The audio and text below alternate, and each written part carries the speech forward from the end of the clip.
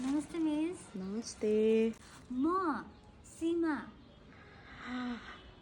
म सानोमा हजुरले मलाई पढाउनु भएको थियो नि, लाइक म हजुर ए 3 अ क्लासमा अ हुँदैन। अ अ अ के गर्दैछौ? अनि मैले एसई कम्प्लिट गरेँ नि म्याम, फुल 4 जिपी ल्याएर। Wow congratulation. Thank you ma'am.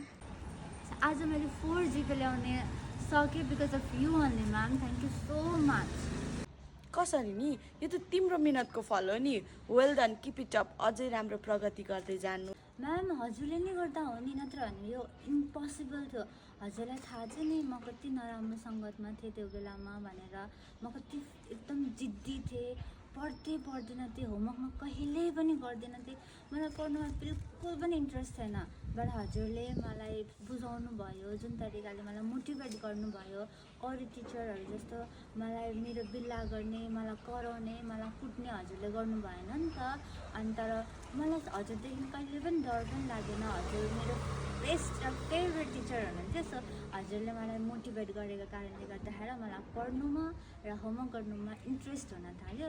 And then after I started studying very hard. अनि हजुरले मलाई प्रमिस लिनुभएको थियो नि त कि राम्रोसँगले यसरी नै पढ्यो भने 4 जिपी ल्याएर पास हुन्छ भनेर। So it's like a dream for me and it's all because of you ma'am, thank you. अनि आज गुरु पूर्णिमाको दिन विशेष गरी हजुरलाई मैले गिफ्ट लिएर आएको छु। Happy Guru Purnima ma'am. Wow thank you, सम्झेकोमा धेरै धेरै धन्यवाद। अझै प्रगति गर्दै जानु, राम्रो हुनु। Thank you ma'am.